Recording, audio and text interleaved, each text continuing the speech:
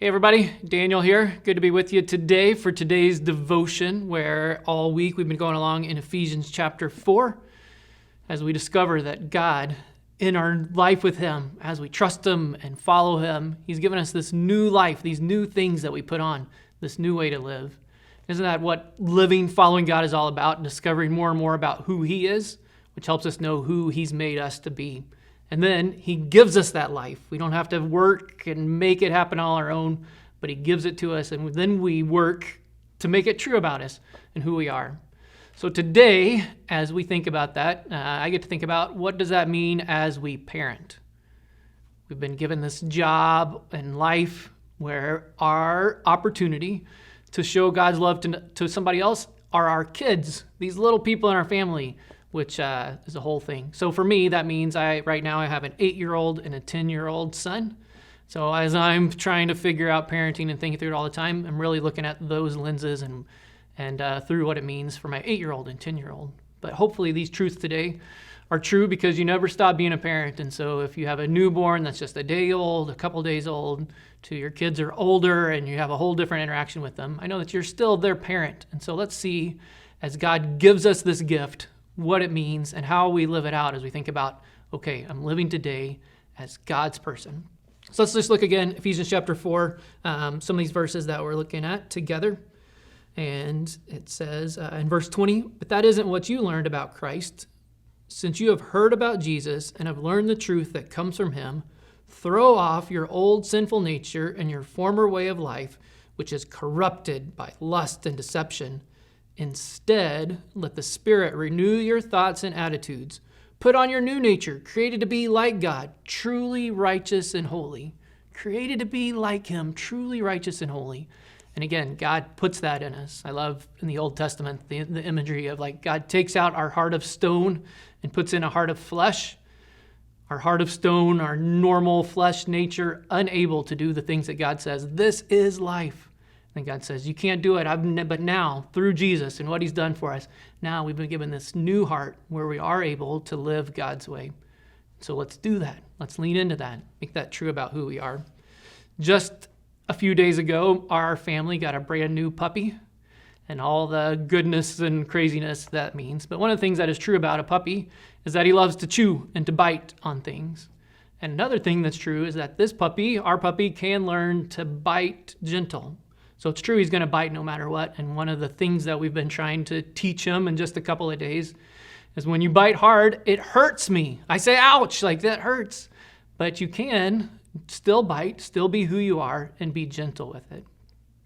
So as we parent, there are lots of different ways to parent, and it can be really harmful and hurtful. But we can also say, you know what? I've been made to parent by God. I can do this in a way that is okay for me to guide and instruct and direct my kids. So let's just think a little bit more about that. Ephesians chapter 4, where we were just right over in Ephesians chapter 6, Paul's still in this mindset.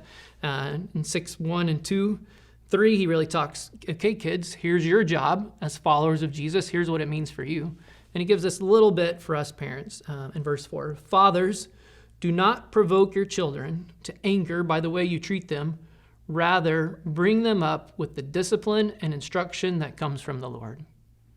So, the same kind of idea. All right, parents, fathers, we're in this job. We've got this job to bring up our kids. And what's our priority as we love Jesus? Our priority is that our kids know Jesus and love Him and live life with Him. That they know that there's nothing better in life than living life with Jesus. But how do we do that? Our kids are all over the place. There's all kinds, and so you can fall into all kinds of different patterns. But keep falling into the pattern of who you are in Christ. Who you are in Christ. And so, Paul says, as you do that, you're not going to provoke your children to anger by the way you treat them. Your interactions with them isn't going to drive them to anger, isn't going to drive them away, but instead, you get to bring them up with discipline and instruction. Not to do whatever they want, but with discipline and instruction that comes from the Lord. So here we are. We're parents. How does this practically show up? You've got your child. You're thinking about them. You're caring for them. You're loving them. You're going to show up in their life. And you and I, we get the responsibility of being the first authority figure in their life, the first never-ending, never-giving up kind of love in their life, the first one who gets to show them what mercy means and grace means, We get to show them life.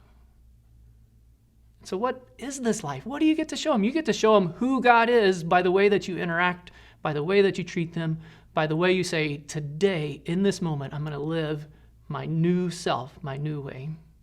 I think back to our puppy. Each time I interact with him, I've got to be like, no, not this way. Remember, gentle.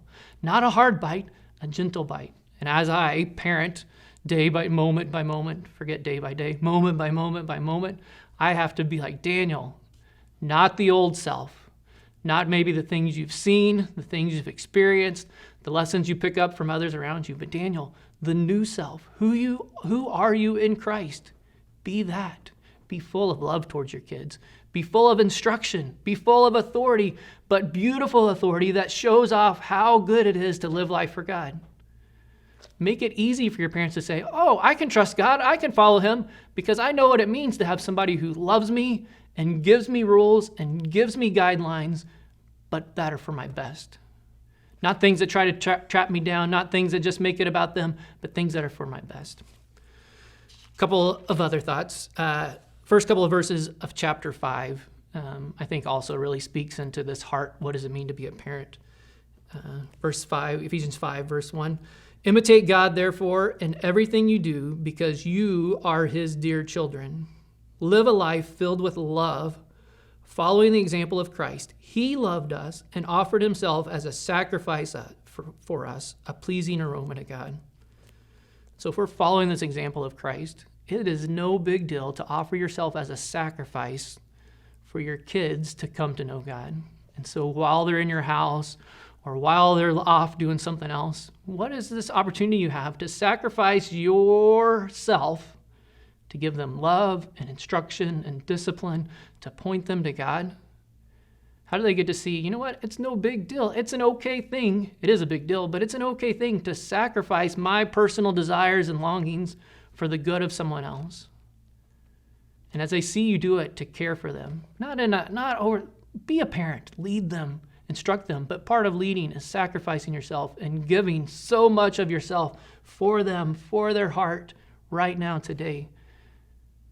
And then they get a chance to say, okay, my parents did that, okay, whatever in life.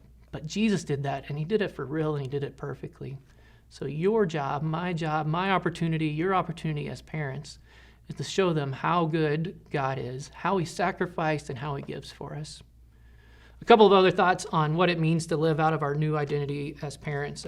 Paul David Tripp has this book, Parenting, and the chapters really roll along in just several characteristics that are true of us. Some of my favorite chapters that I have in here are this idea of grace. Show your kids grace. Let them know what it is by how you treat them. Let your kids know the law. There are laws. There is a way to live for God. There are authorities and things you have to follow. An inability. As a parent, I can't do it.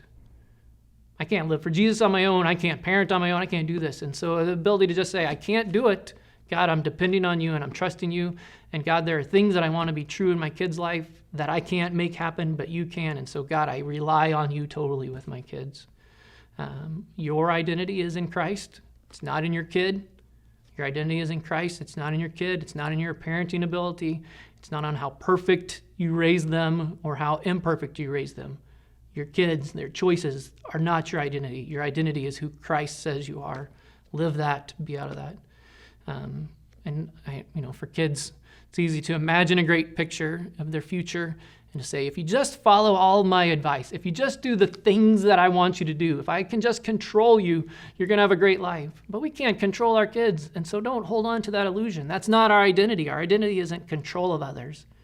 Our identity is faith in God and living the life that he's given us to live.